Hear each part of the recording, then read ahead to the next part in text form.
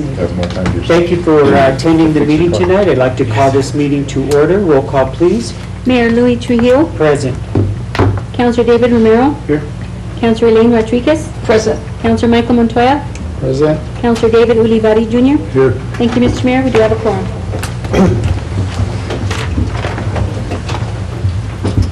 Pledge allegiance to the flag of the United States of America and to the republic for which it stands, one nation, under God, indivisible, with liberty and justice for all.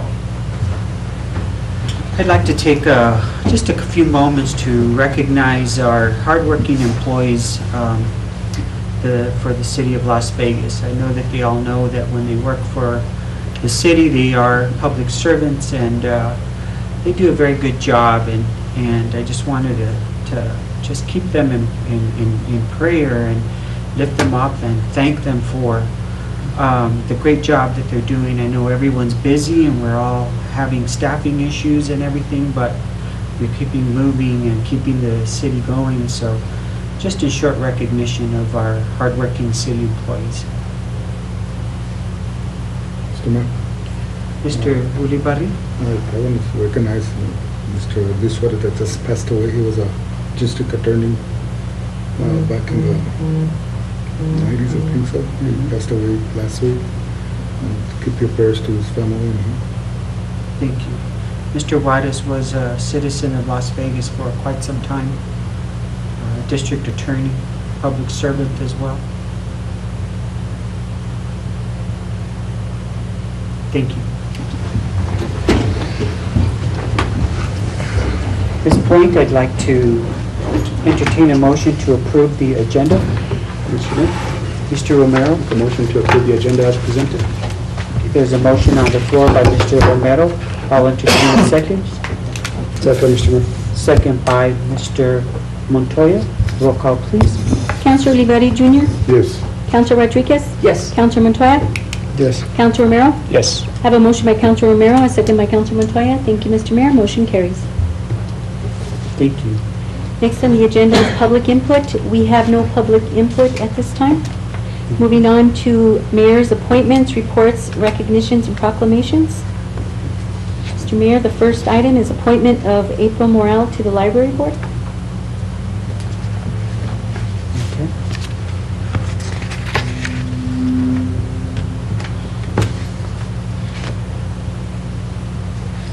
I'll entertain a motion to approve the appointment of April Morel to the library board. Mr. Mayor, who is this person? And are they city residents? May I ask? I do not know April Morel. Who's recommending the approval? Was it the library board? The library board, I believe.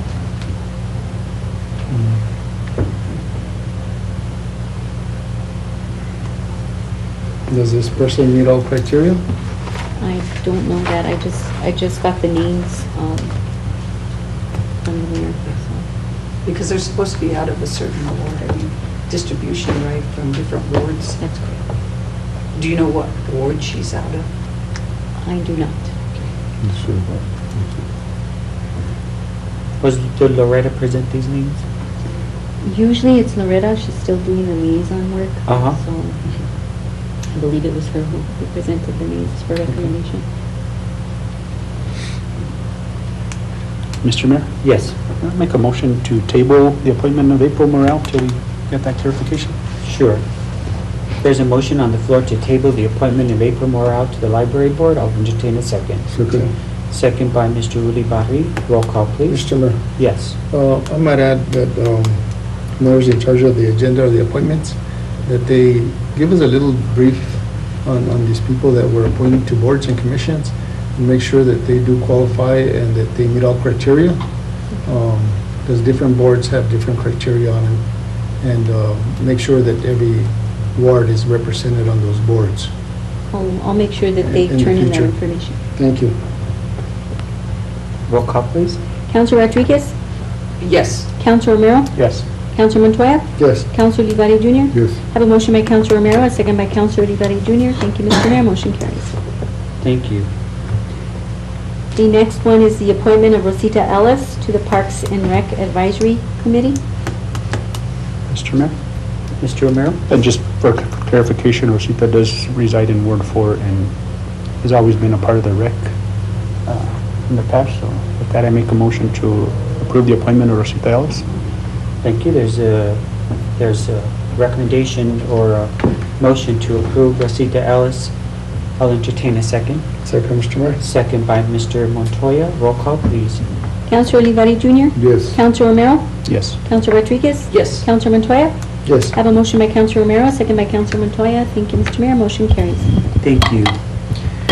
I do have one announcement before we get to our recognition, and that is that next Wednesday at 2 o'clock at New Mexico Highlands University Student Union Building Theater, there will be a roundtable that I put together.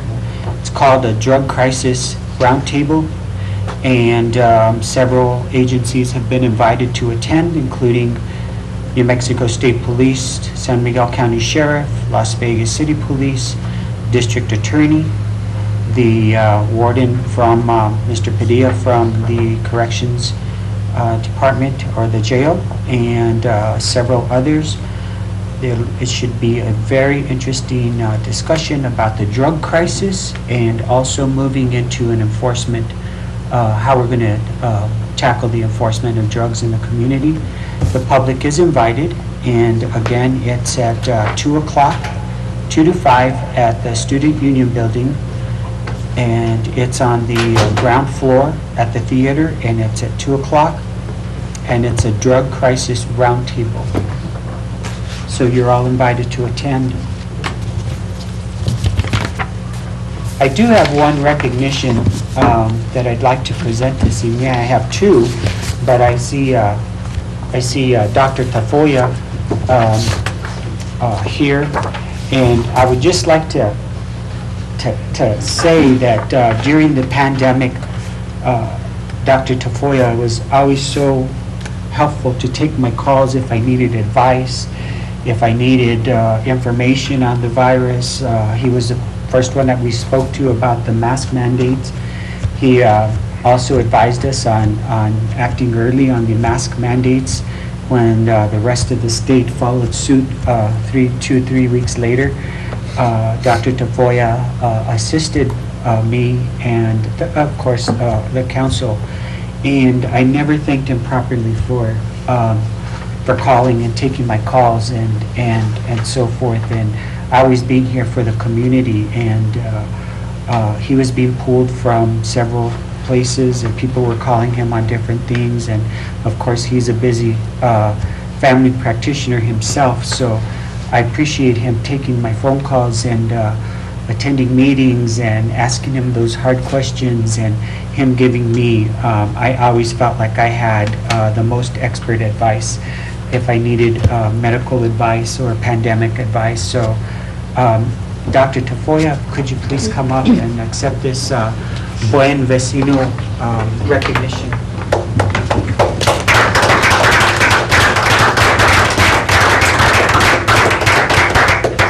Thank you so much, Mr. Tafoya. Would you like to say a few words?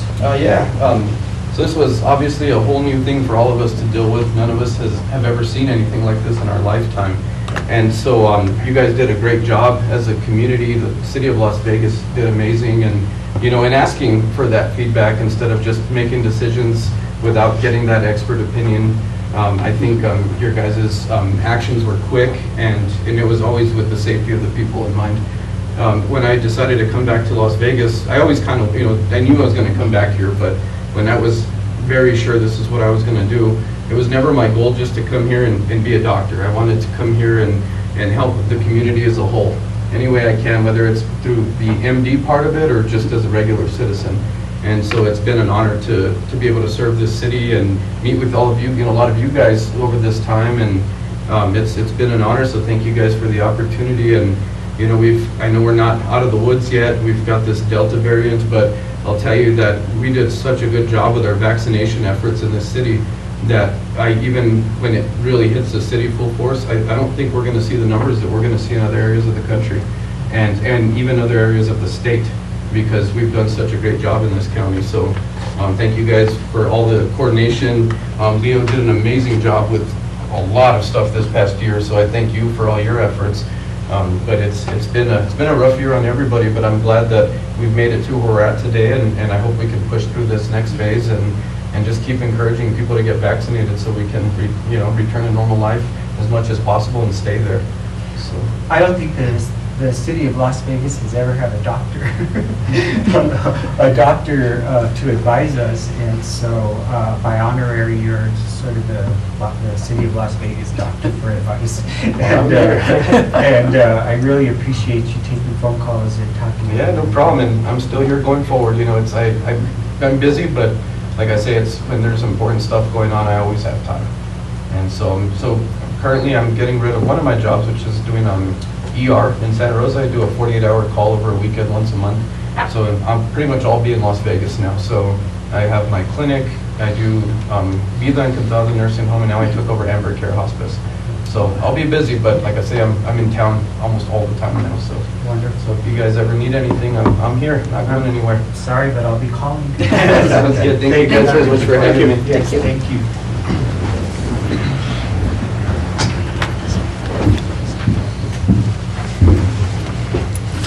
Mr. Mayor. Mr. Montoya? Yeah, Dr. Tafoya, I would also like to thank you because, a lot of people were secluded for all the whole year, and you went out there on Facebook, put your face out there, put your name out there, and you gave good advice to the people that couldn't or didn't have any other resources. That was very, very helpful to a lot of people. Sometimes you don't think about it, but I think you got a lot of people through it all, and you got a lot of people to go out and get vaccinated and the whole work. So we thank you for all you did for the citizens and Las Vegas also. Thank you. Absolutely, thank you. Thank you, Doc. Thank you, Doctor. And I will be starting a podcast whenever I have time. So look out for Hey, it. West Las Vegas graduate, right? Yes, sir. All right. Thank you, Mr. Mayor. Thank you, Jesus. Next order of business. Mr. Mayor, councilors' reports? Councilors? Mr. Mayor. Mr. Montoya?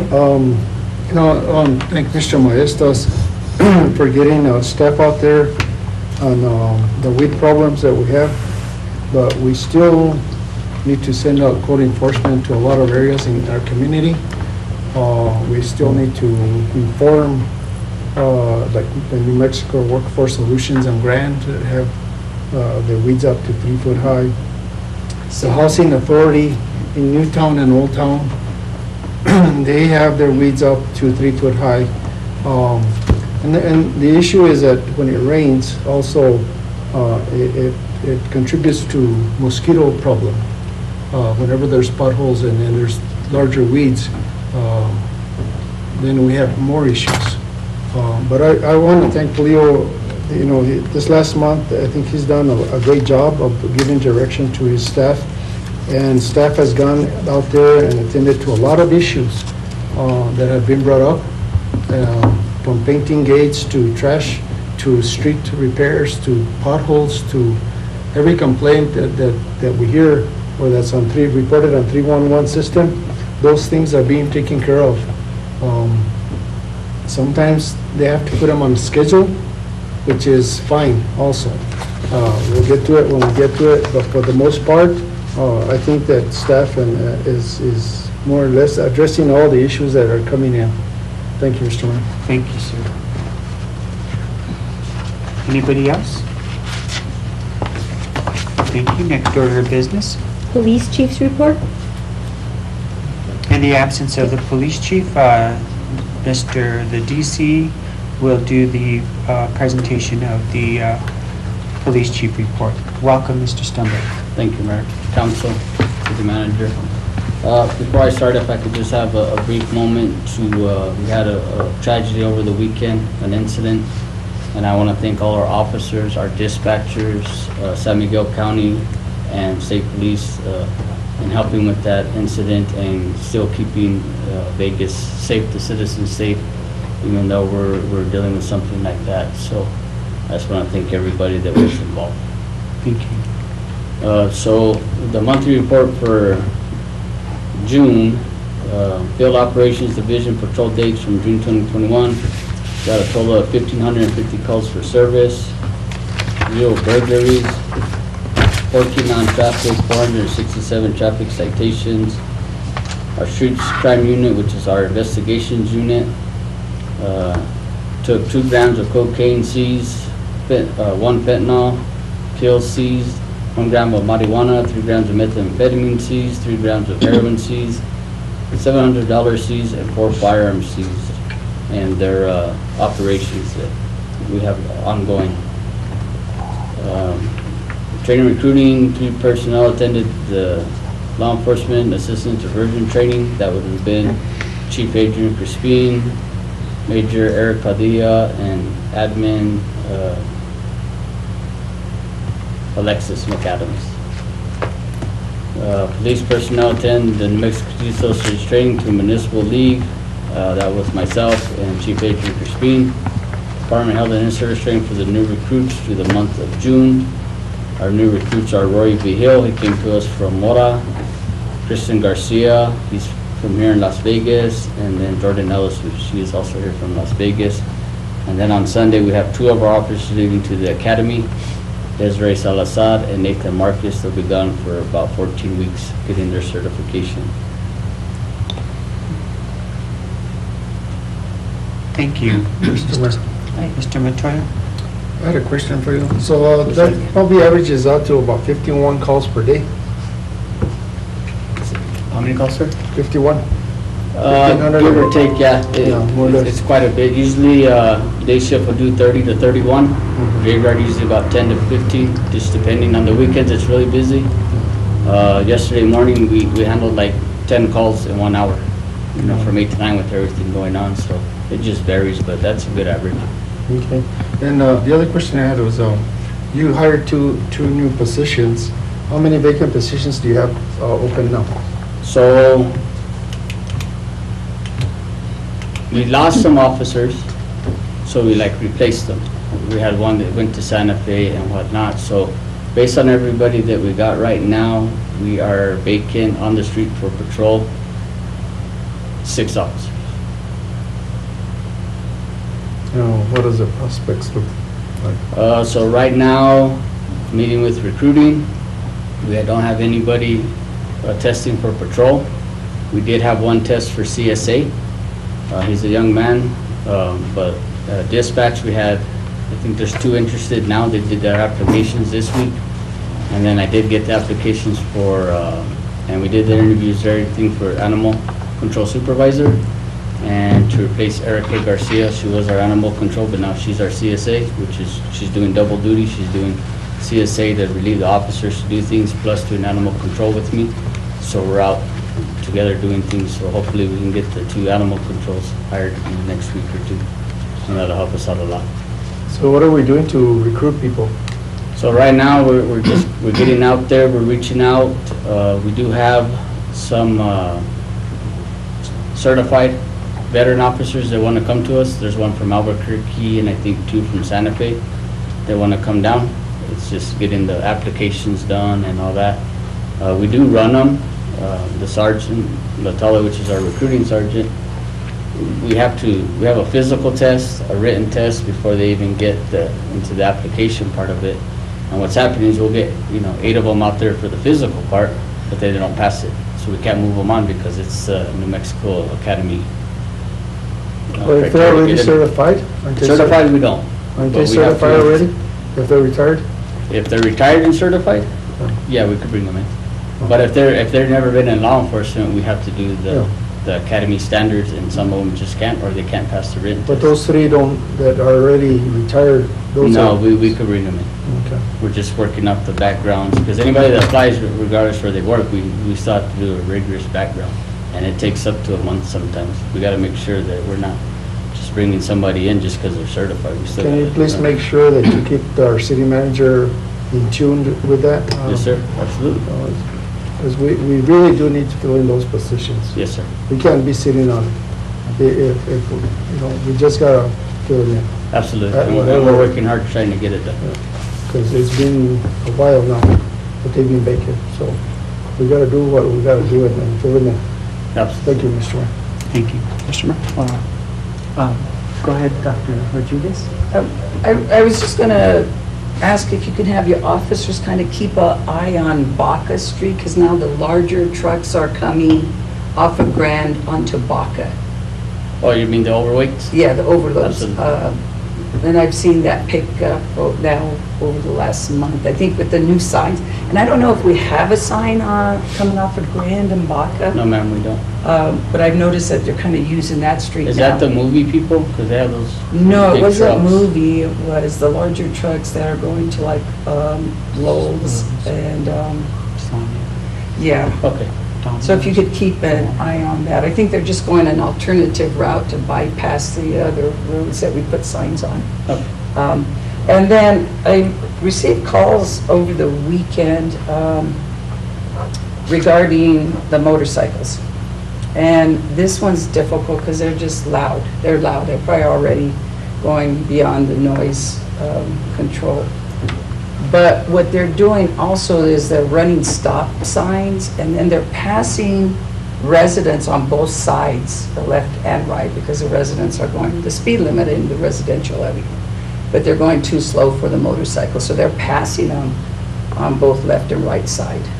So if you can have your officers kind of keep an eye out for that, Absolutely. especially in the residential. And we're area. getting back to the operation. I mean, we just, finished the fiestas and, Right. and other things, but yeah, we're trying to get them out there. I know that night, that Saturday night, we had that stuff, we Right. were getting complaints for, excessive speeds of over 90 to 100 miles an hour on Grand, because we're all tied up. Yeah, they're going So, pretty fast. Once we get the CSAs in, that alleviates officers to start doing more patrol, because they can handle the other things. That's why we're trying to get all the CSAs in, because they can handle the big trucks, criminal damage, and the officers can focus on the speeders and narcotics and other things. Okay, thank you. Yes, ma'am? Mr. Romero? Following back to Councilor Montoya's question on the hiring, and I don't know if this is a question to Leo, but, or maybe you. Yes, sir. I know there was kind of a disconnect between HR and the PD, and has that gotten better? As far as making sure those turnarounds and everything was, Absolutely. I didn't know there was a disconnect, but recently, I met with the city manager and HR yesterday, and we were able to work out the two animal controls and stuff like that.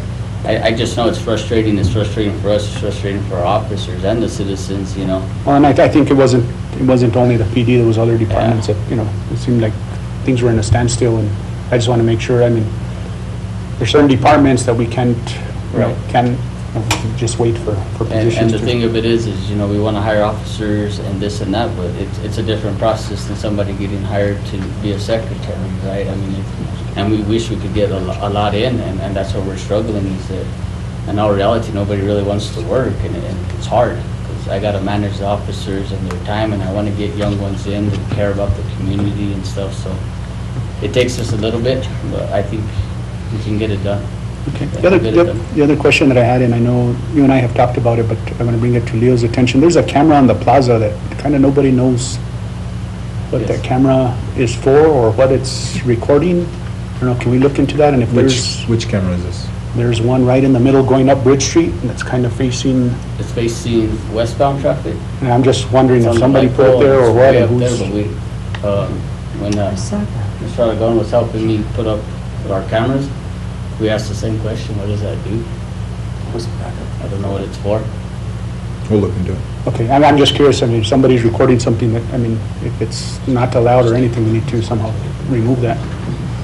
The last question, and I don't know, to Scott or to Mr. Mayor, I had sent you guys a draft police oversight ordinance. I don't know if you guys have had a chance. If not, you can look at it, and if there's changes, then we could maybe put it at the next meeting Sure. for discussion. Yeah, I actually have looked at it, I've already begun to edit it, so I think at this point it probably needs a pair of more eyes than mine, and we'll just keep that editing process until you guys are ready to take a look at it as a council. I did take a look at it, and thank you for all the time you spent on it. I think it was very well written, and maybe we want to send it, after we look at it, maybe over to them. body to look at and, Or maybe we could do it before, 'cause I think Oh. they'll probably meet before us, maybe, I think, the police I commission. believe, yeah, because you had your July meeting last week. yeah, so it's the Yeah. first Thursday Yeah. of the month, something like that. So So, maybe we yeah. could do that, if you guys are Sure. ready with that, okay. Yeah, I'm good Thank to you. go. That's Thank you it. for your help, David.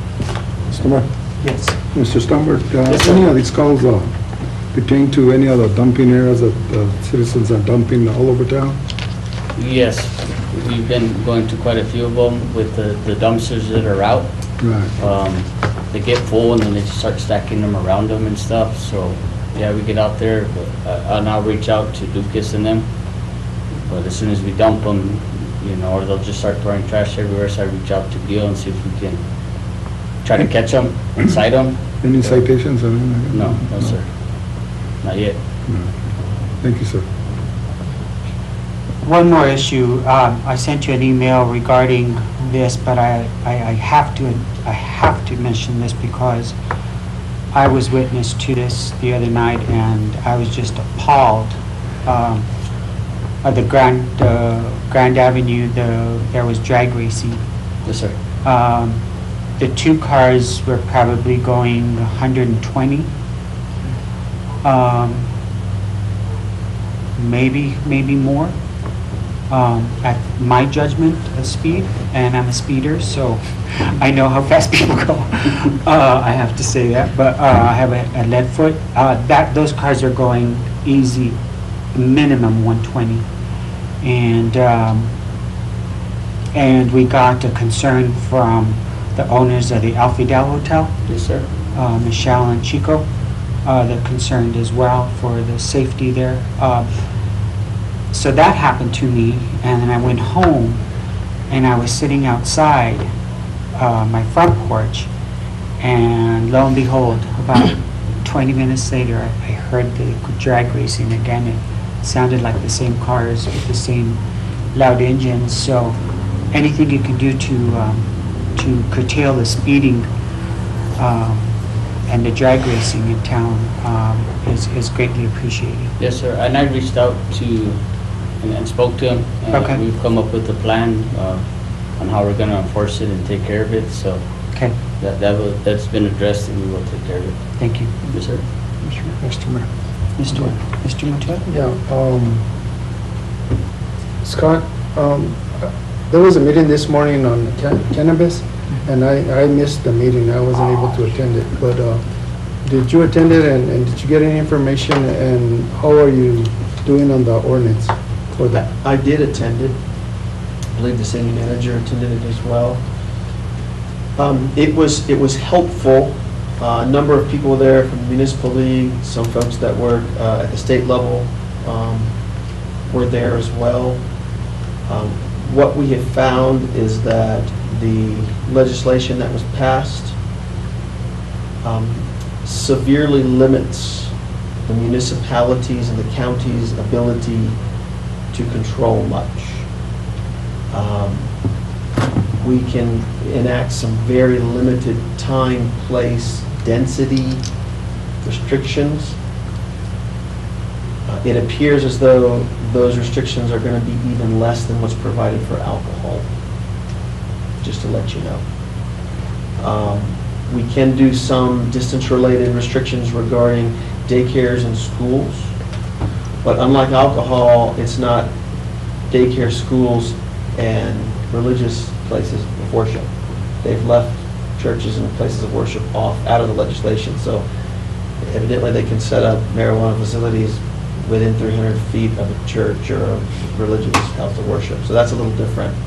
But some important specifics that were mentioned and discussed. Doesn't look like we're going to have a lot of control, but either way, part of the state's regulations that it's put out are going to be a work in progress. The one benefit that was mentioned that I think is very important to the city of Las Vegas, for people who are producing growers, they have to prove, before they can get licensed by the state, they have to prove that they have sufficient water rights. You just can't open up a growing facility anywhere because it's very water intensive. And a lot of times they use a lot of chemical-based fertilizers and things that aren't real green, environmentally speaking.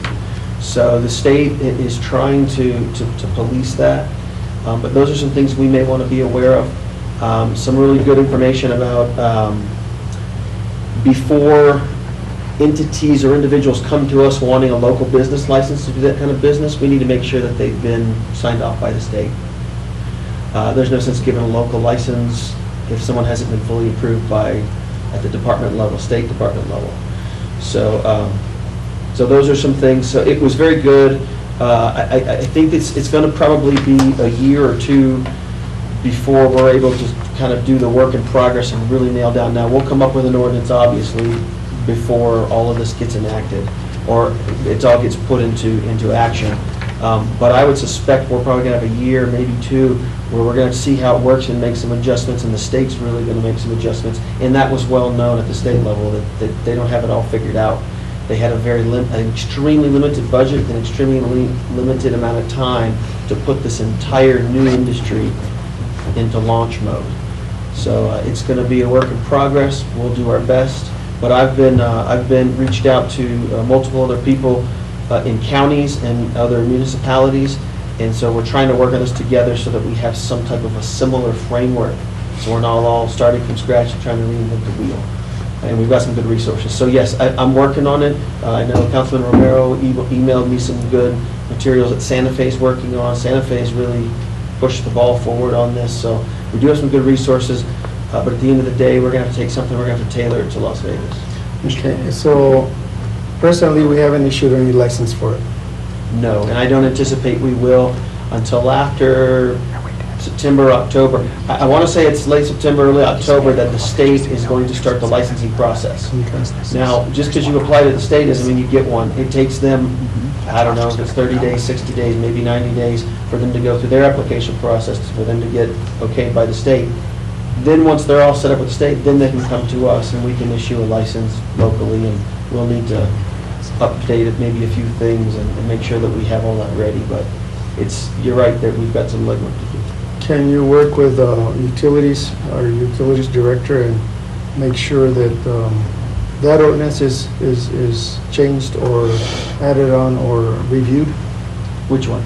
The water ordinance? The state's actually doing that at the state level with the state engineer's office. They're requiring them to get, anyone who applies for a state license is going to have to go get okayed through the state engineer's office, make sure they have sufficient water rights in order to even begin. They've got to prove that they have either a private well with sufficient water rights or some other access to water. So they're taking care of that at the state level. I guess we could look at it at the local level, but I don't know that there's much policing or regulation we can do at the local level regarding that. I think that's going to be handled by the state engineer's office. So are you aware of that, Maria? Councilors, Mr. Mayor, yes, we are aware of it.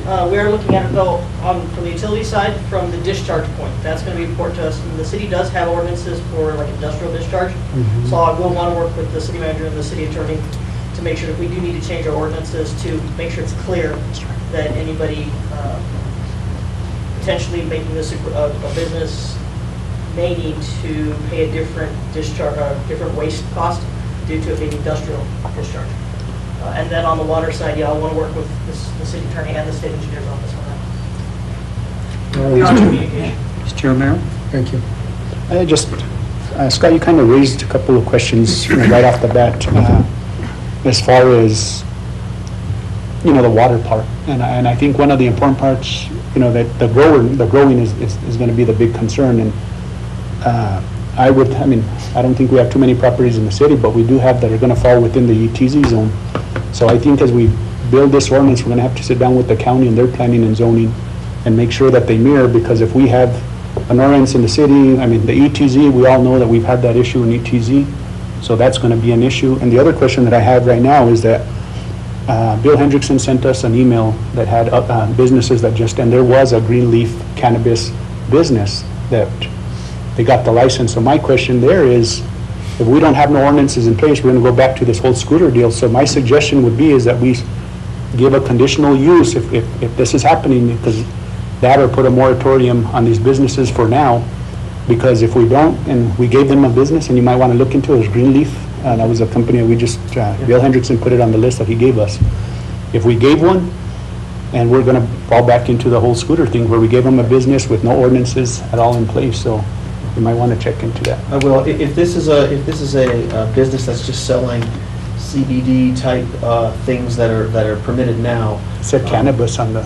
Cannabis, yeah, they may be selling some type of cannabis-based products that are legal right now, but in terms of recreational marijuana, they're not allowed to do that right now because the regulatory process. It's a national chain. Is it? Okay. Well, if it is, we'll go through, we'll look at it. It's probably going to be a good idea for a moratorium on any type of recreational cannabis stuff for right now, until we get it all in place, because you're right, we want to. And also follow up with the county to see, make sure that ETZ zone we cover, because if we allow them, we run into the water issues, we need, it's going to be important. Thank you. What is the date? Because, Scott, with that legislation, a date came out in regards to when you can start opening businesses, but it's not till next year, I understand. Well, I have to double check, and I may have my dates wrong, but I seem to remember that it was sometime in the fall that the state has to have the regulatory framework set up, Yes. and then they can begin to apply to the state. Now, you don't get a license Right. quickly. It takes months to get, obviously, you're going through the state engineer's office to prove water rights and stuff, so there's going to be some delay in that. It's going to be, the rollout of it is going to be interesting to see. I don't know how timely it's going to be. People who are going to want to apply for these licenses and these businesses are going to have to be patient, because it's not only at the local level, the state level is going to have to roll this thing out, and we'll see how it. Right, and I know it was next year, because I saw that, but individuals can start growing. Yeah, I think for personal consumption, and I don't know what the dates of that are, but yeah, You can start that's a little easier. Yeah, 8 plants a day. 6 plants per 6 plants. individual and 12 plants per household. In there, That's that may be, I don't know yet whether this is something that the city may want to try to take a look at, because that's not the business side of things, that's the personal side of things. But you also have to remember, the goal, even by the legislators who passed this and those who wrote it, was their ongoing concern was to keep this out of the hands of kids. So we as a municipality need to think through what our ordinance needed to be for people who want to grow for personal consumption. It is legal, but they still may need to, or you may want to consider creating some type of ordinances that creates some type of responsibility for residents who do that, to make sure that it's maybe behind some type of a lock and key, so that kids aren't breaking Right. into greenhouses and stealing things. I mean, there's going to be some issues of first impression that we've never dealt with. And the rollout will be interesting, but some of those things we'll need to think through. And I think we'll be able to accomplish that in terms of working with other municipalities and counties. We're all putting our heads together. I think we can get a lot of it, but you're right, as we go, we're going to run across issues, we're going to have to modify this thing. Just for clarification, Counselor, September 1st is available for producers, January 2022, all licenses, and April 2022 is for retail stores. Okay, so it'd be next year. But September, they could start growing, so. And you gotta not be selling careful. till January, correct? And on the business side, obviously, you've got growers, which is one thing. You've got also people who are just selling retail, right? And that's broken up into people who are just selling products, and then people who are creating a consumption area. So the consumption area is also something else we're going to have to look at, because there's state statutes that deal with clean air. So you can't have smoke that's going into other businesses and it's enclosed areas. So we're going to have to look at what that is and how we deal with that. I don't know that, I don't know what we have on the books currently, but we probably need to look at that. We may need to revisit what our laws are regarding zoning for alcohol establishments. I also looked at our ordinances. I didn't see anything for adult entertainment-related businesses, so we may, since we're revamping the zoning stuff, we may want to look at it all and do it all at once. That'll be up to you guys, but just to let you know that it's not just cannabis. I think there's going to be some other things that may be involved, and it's going to be a broad scope. And the state law does prohibit public consumption, consumption in public. You have to Right. do it in a private. Right. And I think the easier way to get around it, because of all the clean air and the smoke issues, we have state statutes regarding that. It's easier to do a consumption area if it's just like edibles. So I have a feeling that Right. consumption areas will be gummy bars or whatever you want to call them. You also cannot have an establishment that does alcohol and cannabis at the same place at the same time. So we're going to have to work through those things and figure it out. Thank you. Mr. Mayor, I just had one more question pertaining to the police department report. And I think this might be why you're having that meeting. But one of the questions that I had was on the LEAD program. So right now, we have people that went to training, but we have no place right now, instead of, arresting them or jailing them, where to send them. So is that kind of why you're? It is. Okay. There's part of it. There's like a three-pronged approach to that meeting or that roundtable. One is, of course, looking at enforcement. 2 is looking at treatment. And 3 is looking at alternative programs like the LEADS program. From And my understanding, correct me if I'm wrong, Mayor, is September will be like the kickoff Yes. on it, because they Okay. already have a building and stuff. Yep. Okay, I just wanted to make sure that's good. Yeah. Okay, thank you. Thanks. Next order of business, Cassandra. Mr. Mayor, we have our finance report by Mr. Vaquero, Finance Director. Welcome, Mr. Vaquero. Thank you, Mayor. Council,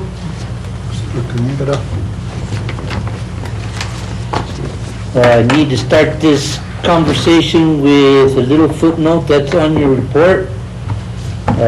These numbers, there has not been any accruals done to these numbers. We need to accrue payroll, AP, absentees, and revenues. So these numbers will change. Why are they not reflected in this report? That will not get done probably till August, Got you. okay? The general fund revenues were at 122%, expenditures at 87%, with a surplus of $1,225,294. Enterprise funds, we got revenues at 102%, expenditures at 85%, with a surplus of $925,098. The recreation department, revenues are at 90%, expenditures at 82%, with a surplus of $44,512.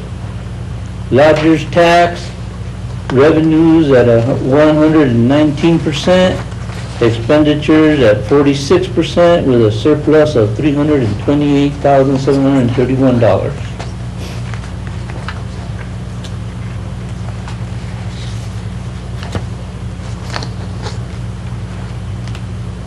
On the recreation budget, Mr. Vaquero, Yes, sir? when you say it's at 40, sorry.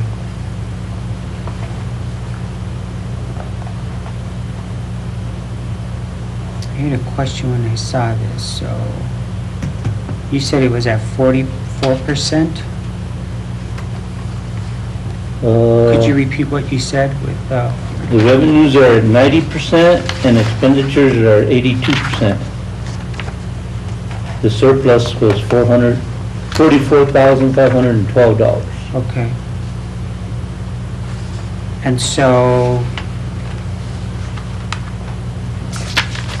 that means year-to-date or budget fiscal year-to-date, that budget seems to be, that's their whole budget, right? Yes. So would you consider this to be a red flag? No, sir, this was a COVID year. Okay. FY '22 is going to be a lot different. Okay. Thank you. Any other questions? Thank you, Mr. Vaquero. I appreciate you being here. Thank you. Mr. Ramirez? Jesus. Yes, I have sir. a question on procurement, on how the process, when bids are submitted, how are you handling that? Right now, the bids are submitted to Helen, and she reviews all bids.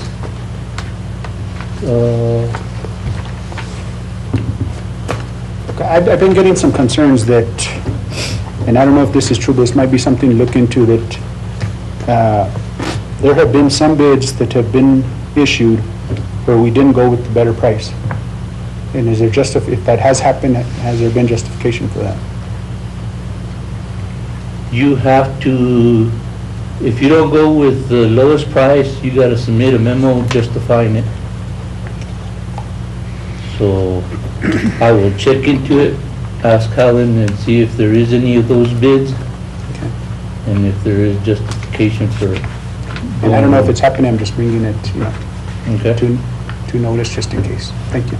will do. Mr. Mayor. Mr. Ulibarri? Mr. Vaqueras, on Helen, is that the only person that takes care of the bids? Or don't you have like 2 or 3 persons that take a look at that? We have 3 certified purchasing officers. Helen is the main one. I'm her backup, and then Dominic is also involved, certified. So Helen is the one that makes the decisions on the bidding? Yes, And who oversees that? I do, You do? yes. Do you, are you involved, Mr.? Yes, so once there's a concern or there's a bid that has been placed, or we get 3 bids in, that memo comes to my desk and I review it to see if the proper procurement has taken place. There has been one that we did not go with the lowest, and it's because the other 2 did not meet the scope of work. So we went with the higher amount on that one. But that's the only one that I've come in contact with since I've been here. What I heard is there's some favoritism, they favor some of the contractors. I'm not sure if that's true or not, but since you have Helen taking care of it, I think, Mr. Manager, I would like to see when some other people look at that, the bids, and go from there. Helen does a great job on filtering out the ones that don't look or don't meet state procurement. She red flags them, brings them to my attention, and we review them together. So she's a great asset to have in that office for procurement. Thank you, sir. Thank you. Mr. Mayor. Mr. Vaqueras, we're gonna be getting $3 million total from COVID, and I guess this year we're gonna get 1.5, and then the following year 1.5. When are we supposed to receive that money? 2 days from now, 2 we'll get days. the 1.5.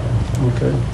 So, Mr. Mayor, we had a retreat and we got input from the directors, and then, are we gonna come together and select a priority list of projects for the city at a early time?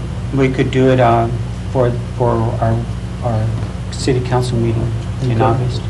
And then that way we can, if our city manager will give us a little bit of direction with you, Mr. Vaqueras, on what exactly we can spend that money on, whether it's salaries, infrastructure, or whatever, roads, whatever it might be. See what the guidelines bring. So there's four basic topics that we can spend those monies on. The first is we can implement a utility assistant program for residents to assist with mortgages, rental, utilities, which there's a lot of those out there right now. The second is what they call a premium pay, which would go to city employees for working during the COVID last year. The third is revenue loss, which we've used the calculator that they've provided with us with the application. The most that we can use on that would $387,000, I believe, is the max that the city can claim for revenue loss. And the last is water, sewer, or broadband infrastructure. Those are the only four topics that we can use those monies for. Okay. And you have the priorities of the directors on those subjects. So I think that we need to move forward on spending that money once we get it, and prioritizing it and putting out a list up there, Mr. Mayor and Council. And on the city pay, I guess we could do a one-time pay? Yes, sir. Non-occurring Yes, sir. pay? Okay. And then I guess I'll leave that for discussion for a meeting. And I know I submitted a list of probably 15 items to our city manager already. That's what I'd like to see happen. And that includes from assisting our parks, our employees, and our roads, and our sidewalks, and our, all kinds of things in there. But I would recommend that, I don't know how you guys all want to do it, but if everybody wants to just preliminary send a listing to the city manager, and then we can meet at a meeting, have a meeting and discuss all that. And Well, I thought coming out of the retreat that Yeah, there's we this were put going to get together. an email with the priorities from the different department, which I don't think we ever received, and then we're No. going to prioritize. Ms. these. Abreu is putting that, Okay. compiling that list together, and then we'll submit it to the council and mayor, so you can look and see what you select as your A, B, and C. And will we have that prior to Yes, the ma'am. meeting? Okay. Thank you, Mr. Chairman. Thank you. Mr. Mayor, one last question. Jesus, Yes. the COVID money that we got this past year, do we have accountability for every single dollar on that one so far? Yes, we do. Could we get an update on that? I mean, we don't need it in a meeting presentation, but could you send that to us? Sure. Okay, thank you. So we're going to get 1.5 million in 2 days, and then the other A year. 1.5 million will come. A year summer. from now. A year from now, okay. To answer your question, Councilman Romero, the CARES Act money that was given to us last year, as well as the county, all that money had to get approved by the state in their website before we could expend it. They had to approve what we were spending it on before we could use it. Okay, and I just want a list to kind of, Sure. Thank you. Thank you. Thank you, Mr. Vaquera, I appreciate it. Thank you. Yes, well, I forgot to ask you the famous question. No, sir. There's nothing in here that you need to make us aware of. No, sir. Okay, thank you, sir. Cassandra, next order of business, please. Mr. Mayor, presentations not to exceed 10 to 15 minutes per person. We have our presentation by Spectra Solar LLC discussing solar opportunities for the city of Las Vegas. Thank you and welcome. Mayor and council, I just wanted to, I've been working with Mr. Talley here for the past year at the direction of Dr. Taylor, our old city manager, to explore solar opportunities for the city of Las Vegas. Mr. Talley has been one of the companies that have reached out to us, and he is an expert in his field and wanted to be able to provide information if these opportunities would be of interest to you folks. This is just a presentation, not a decision. Sales pitch. Very well. Hi, Mr. Talley, would you please introduce Hello, yourself? Mayor, Mayor and Council. Yes, I'm James Talley. I'm with Spectra Solar. Just a quick about Spectra anyway. We are a licensed New Mexico company. We're based out of Georgia. We also hold license, our business license in the state of Texas. The Spectra is a wholly owned company by Del Show. There's a little bit in the package that y'all have. There's a little bit of background as far as his resume and a little bit about the company. The quick version is, back in the mid-'80s, Dale started commercial construction, got into cell towers, and built those for several years, still building them, across about 43, 44 states, and New Mexico being one of those. But under his program that he was doing with the cell towers, what he'd done was more or less he had purchased the property, build the towers, and then lease it out to the communications groups. And, so it kind of worked with that. Well, back a few years ago anyway, Dale started Spectra Solar and sort of kept that same model along with it anyway. So he's looking at these projects as a long-term investment. We also, as part of that, use the tax incentives that are available, which allow us to do this and stuff.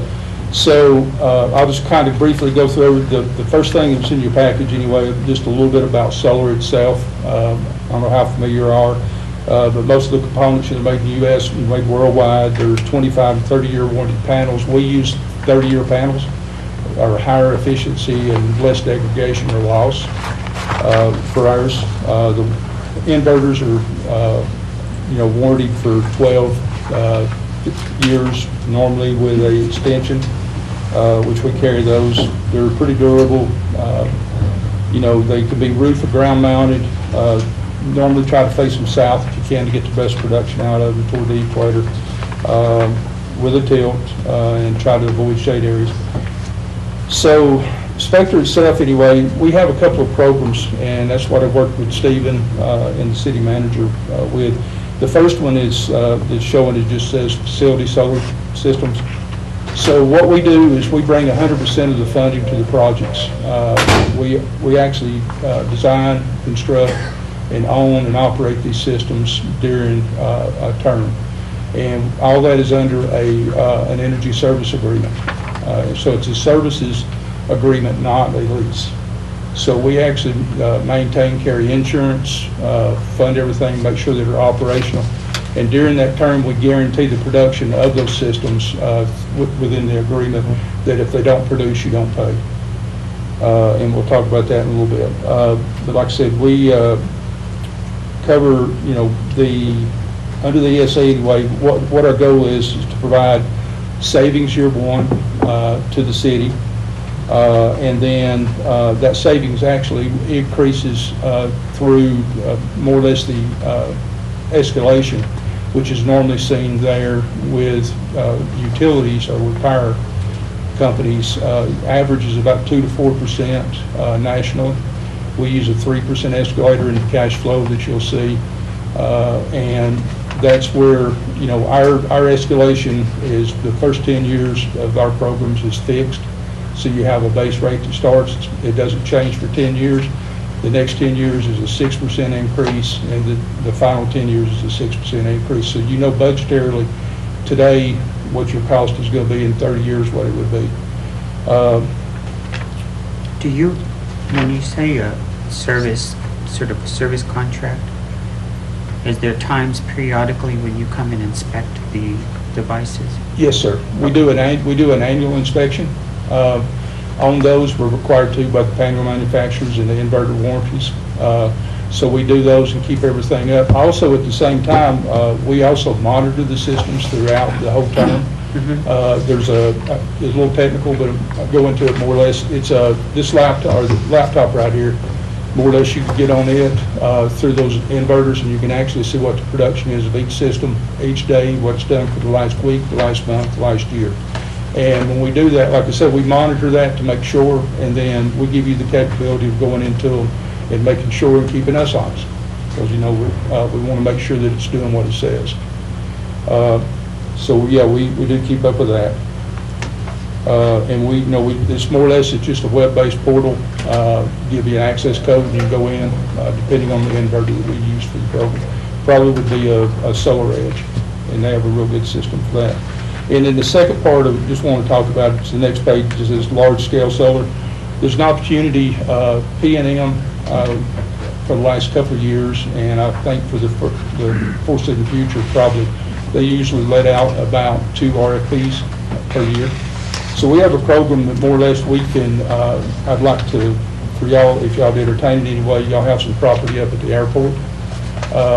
So there's an opportunity that what we could do is we could actually design, work with y'all anyway to sort of approve a lease of it. And if the RFP was approved and we were awarded, then we go into contract on that. More or less, it's just a temporary placement or exclusivity, so we can actually spend some money on the project. And then PMM would see that we're secured anyway, then do have your agreement to use the property if it's approved. There's a way that, you know, that could create a revenue stream for the city rather than just, you know, savings. By selling the energy back to well, power? Yeah, so what we sell, we would actually own, operate it, and sell the energy back to them, and what we would provide for y'all is a per acre land lease, long-term. You know, probably a 20-year with 2 5-year extensions on it. So it would be anywhere between $300 an acre and $500 an acre, depending on what the PPA rate is that we secure with PNM. And there is another form in the back that y'all can look at for that. The next page is just a little bit of our work. Anyway, this is, I put in 2 Snyder, Texas projects, wastewater and a water treatment plant. Just the image of those that are up and operating. Do those plants normally exhaust a lot of energy? I'm sorry, sir? When I saw this wastewater treatment plant, do they use a lot of energy? The wastewater plant? Electricity? Yes, sir. Yes, sir. And that's what we do.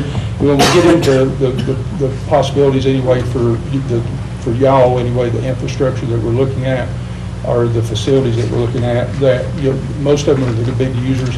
It doesn't make sense to go to a small use area or a meter and try to offset that. But we try to hit the wastewater plant, the water plant, the wells, and your big buildings and stuff. Gotcha. Those make sense. So more or less what we've designed, and something too that we, for this project here, we partnered with a company called McDade & Woodcock, which is, they're out of Albuquerque. They're a large commercial construction, electrical construction company. They do work with us a lot on some of our bills for the towers and for some of the solar systems. So they'll be partnered with us on this. And also one thing, they're part of the CES. They're approved under it. So if that helps a little bit as far as the heartburn, as far as, procurement and stuff. But, how we need to set it up for the lead for them, whether they need to be lead with it or whether, we can with them, how it works out. But we'll be glad to work with the attorney to make sure that everything's proper on that. And maybe my question's premature, but do you have any comparative data with using how much energy and we're paying now as to Yes. As to how much energy we would use and pay save. for?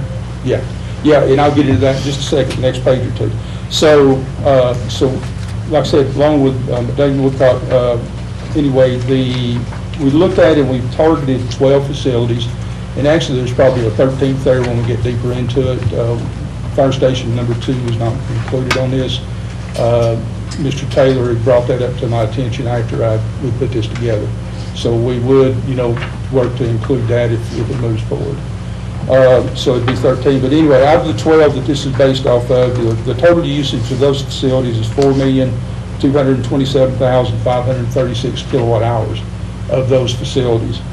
And that's based off the 2020 usage. We actually, Stephen was good enough to work with Mr. Taylor at that time to get a release of information. We went through P&M, got all the up-to-date electrical data, so all that is current.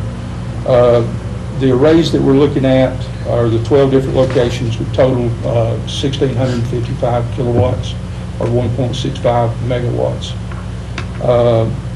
and of modules anyway. The total production of those modules would be annually about 2,959,667 kilowatt hours is predicted.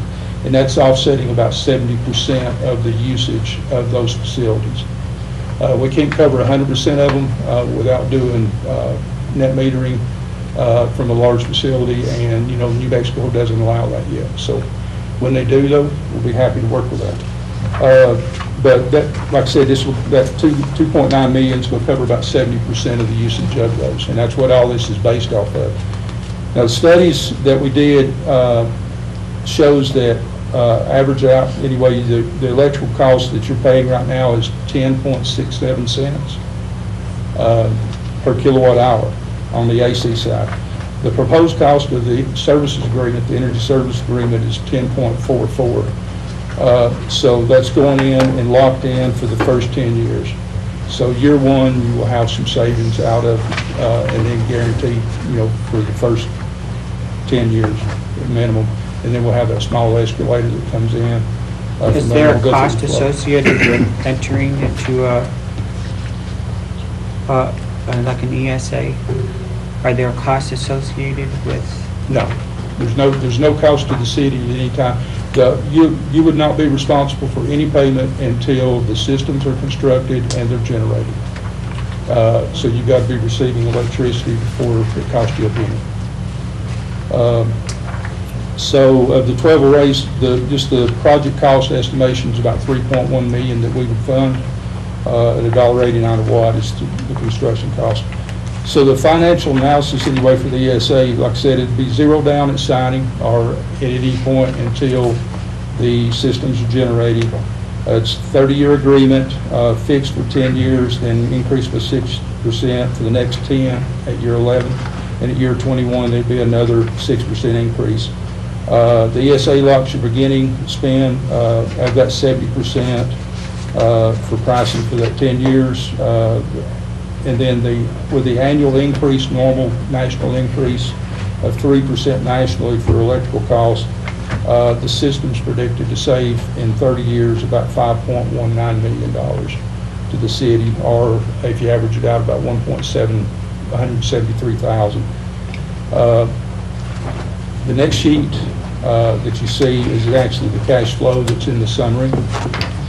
So just a quick version, so. Is that the print in yellow? Yes. Okay. So you got row 1 through 6? Mm-hmm. Okay, so we'll just look at year 1 to start with anyway. So the current cost anyway of your electricity without PV is $451,285. Now that's of those 12 arrays, or those 12 facilities, meters. So if we move forward with this, the annual energy service cost would be $309,000. Due at signing is nothing. The estimated cost from the utility, once the PV is up and operating, would be $135,344. That's the other 30% that you'll be paying P&M. So if you take those number 2 and number 4 figures and deduct them from right now the initial cost, year 1 it's going to save about $6,941, so a little under $7,000 year 1. And then the escalation, this flow chart anyway goes through with the escalation and comes up, and like I said, at the end of it, it's about 5.1 million. Now, one thing I do want to offer on this, and you don't see it here, but I was talking to the owner of our company earlier. I mean, we've been working, for almost a year here with it or whatever, and with the COVID and stuff, it's really hurt everybody.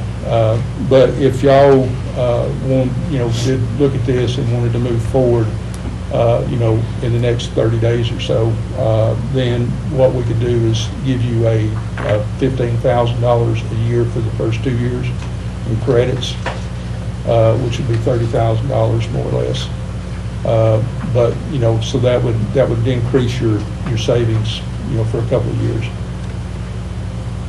And I certainly can. I didn't have time to do it before the meeting tonight, but I'll have that drawn up just to reflect that and get y'all a copy of it, so you'd see exactly what it would be.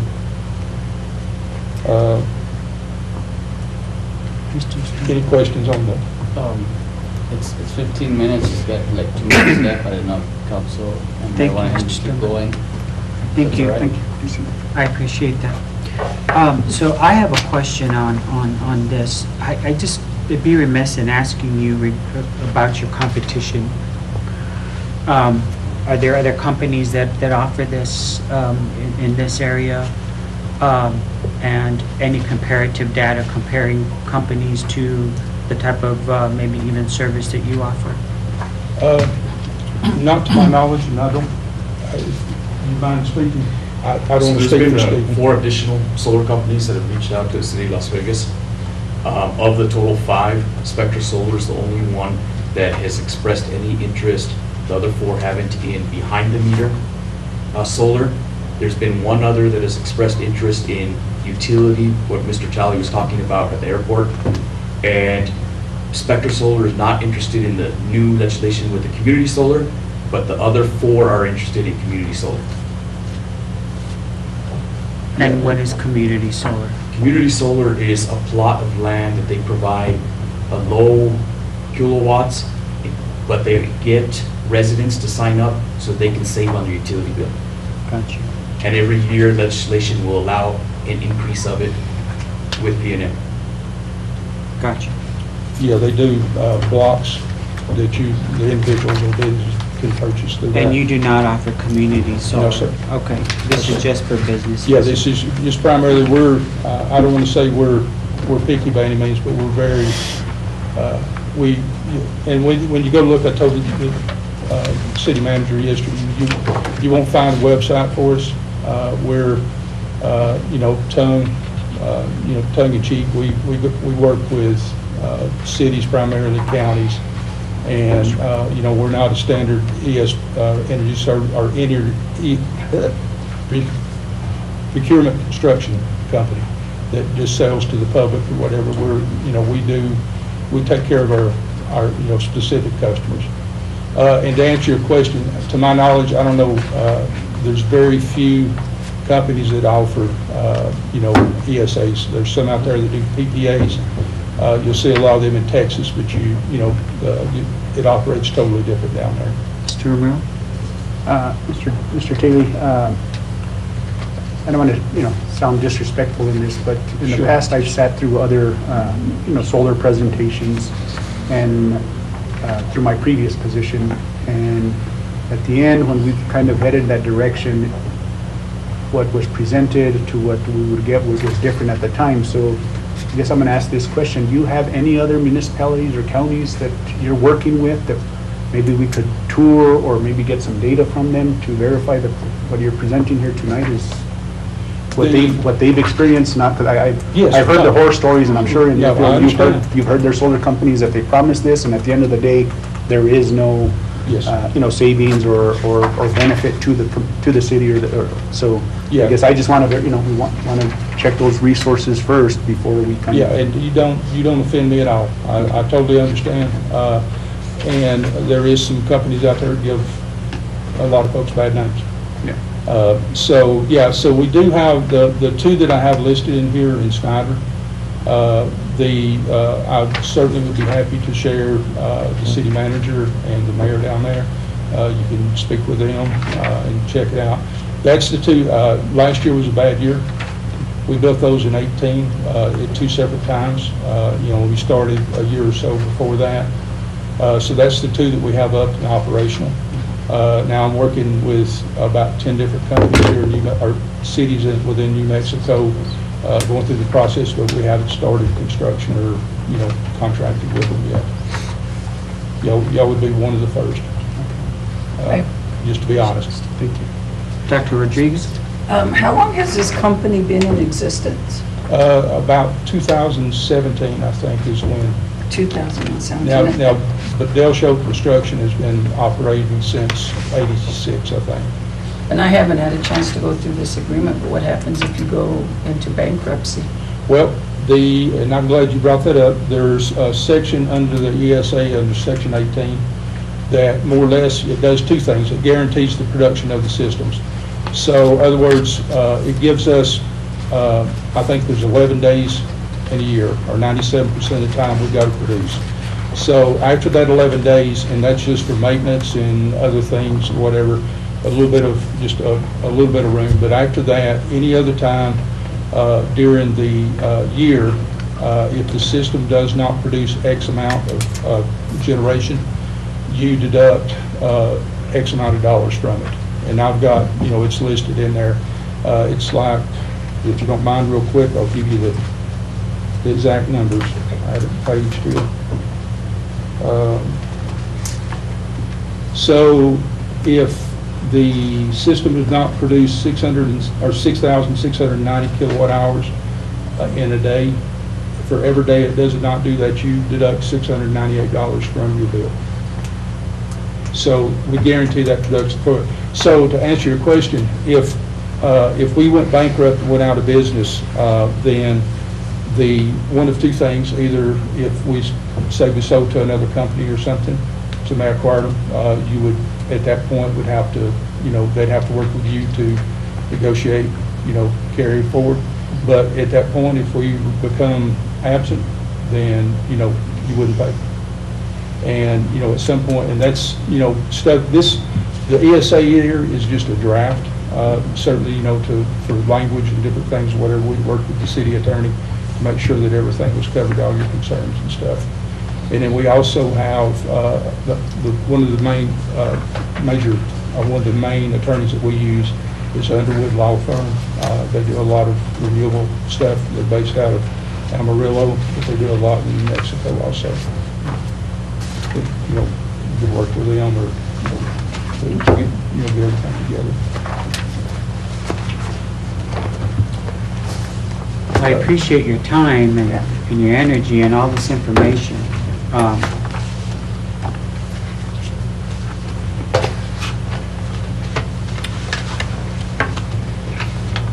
Thank you. Is there a possibility, or Maria might know this, is there somebody that we can consult with regarding this offer? Besides the businessman? Sure, we can Like, can definitely look somebody into analyze this?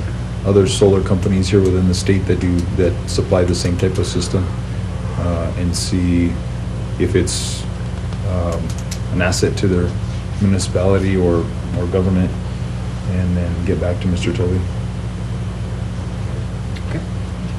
Yeah.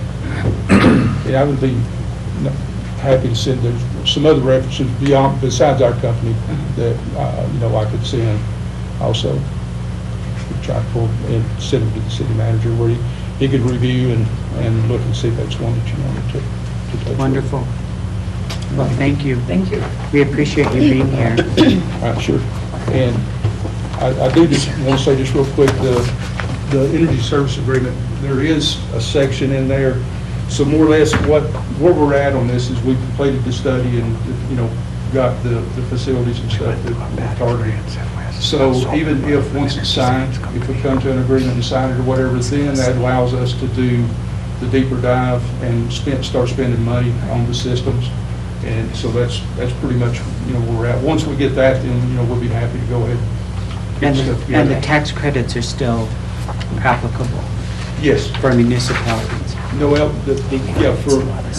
own the systems and build them, so we would get the tax credits. My understanding, cities cannot Right. acquire them because you're not taxed. For government, okay. Yeah. So that's how actually we're able to do the project. Thank y'all. Thank you, Mr. Telly. Thank you. Cassandra, next order of business. Thank you, Stephen. Yes, Mr. Mayor, as our business items, we have one business item. Request approval of resolution number 21-31, establishing the location of Election Day polling places for the municipal officer election conducted in 2022. As you all know, we have an election that's coming up March 1st of next year. So we are required by state statute to approve a resolution and send it to the Secretary of State. So it's pretty standard. We have in the resolution, if you take a look at that, we have the same convenience centers that we've been using for quite some time now, which are two gyms, the Robertson High School gym and the West Las Vegas Billy Lopez gym. So that pretty much lists that, and then in November, we will have to bring another resolution that lists the positions that will be on that election. So there's two different ones that are required, and this one is required that we turn it in either June or July, so those are the deadlines. So Okay. therefore, I'm bringing this to you for approval. Thank you. And I'll What's stand the- for any questions. Thank you. What's the pleasure of the council? Mr. Moore? Sorry. A motion to approve resolution 21-31? There's a motion by Mr. Romero. Entertain a second. A second. Second by Dr. Rodriguez. Question, Mr. Mayor. Mr. Matar? Madam Clerk, have you checked with both schools, see if those gyms are available during March Madness? Because this year, we're not going to be under COVID, so they Right. usually have district tournaments, playoffs, and maybe even some, Yes, they MMA. have to work around the election schedule. they do? Yes. Okay. We weren't able to opt in this year because of the charter and the amendments that are being worked on. So that's why we didn't bring that to the council for approval. I'm hoping that in 2024, we can bring that to council and maybe we can opt in to have the county conduct that so we can save some dollars, some tax dollars. So, but yes, they worked with us to have those gyms available. Okay. They work around the schedule. I know they have a lot of sports that happen, and that's every election. And do they get a fee for that, the schools? No. No, okay. Thank you, Mr. Mayor. Thank you. Roll call, please. Counselor Ulibarri Jr.? Yes. Counselor Montoya? Yes. Counselor Rodriguez? Yes. Counselor Romero? Yes. I have a motion by Counselor Romero, and second by Counselor Rodriguez. Thank you, Mr. Mayor. Motion carries. Thank you. Thank you, Mayor. Cassandra, one quick question. I know what the answer is, but I know there's people that think that. So the Ward 3 position, which, is that, it'll be for a 2-year, or does it go to a 4-year? It's a 2-year term, right? For Yes, this so election? it's a special election that's concurrent with the regular election because Ward 3 was an appointment. Okay. So that's why it's going to be on this election. Otherwise, it would be on the following. So on the resolution, there'd be 2 language where Ward 3 is like a special, but it's all conducted? It's all going to be on one ballot. I asked the same question. It's all going to be on one ballot. It's just, it has to run concurrent. So special just means that we have to have that specific position on that ballot. Okay, thank you. Thank you. What's the pleasure of the council? Next order of business, executive session. Mr. Mayor? Mr. Romero? Make a motion for executive session for personnel matters according to OMA H2 13-15-1. Am I right? Yes. Yes. Yes. Personnel matters pertaining to police personnel. Thank you. There's a motion on the floor by Mr. Romero. I'll entertain a second. A second. There's a second by Dr. Rodriguez to enter into executive session. Roll call, please. Counselor Montoya? Yes. Counselor Olivari Jr.? Yes. Counselor Romero? Yes. Counselor Rodriguez? Yes. I have a motion by Counselor Romero, second by Counselor Rodriguez. Thank you, Mr. Mayor. Motion carries. Thank you.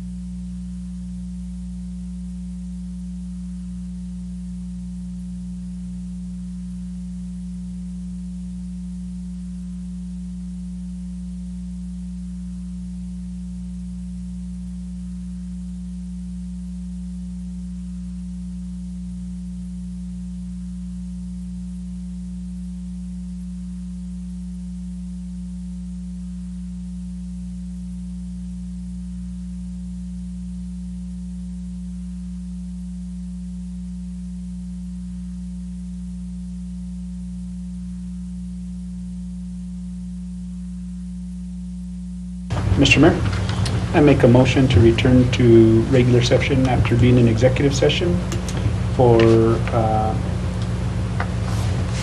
return from executive session for reasons 10-15-1 H2 personnel matters. There's a motion on the floor by Mr. Romero. I'd like to note for the record that only those matters specified in the motion for closure were discussed, no action was taken. There's a motion on the floor by Mr. Romero. I'll entertain a second. A second. Second by Dr. Rodriguez. Roll call, please. Counselor Montoya? Yes. Counselor Olivari Jr.? Yes. Counselor Rodriguez? Yes. Counselor Romero? Yes. I have a motion by Counselor Romero, second by Counselor Rodriguez. Thank you, Mr. Mayor. Motion carries. I make a motion to adjourn. There's a motion on the floor by Mr. Romero to adjourn.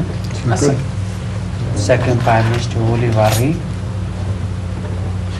Counselor Rodriguez? Yes. Counselor Romero? Yes. Counselor Montoya? Yes. Counselor Olivari Jr.? I Yes. have a motion by Counselor Romero, second by Counselor Olivari Jr. Thank you, Mr. Mayor. Motion carries. Pick it up over Thank you. Joseph.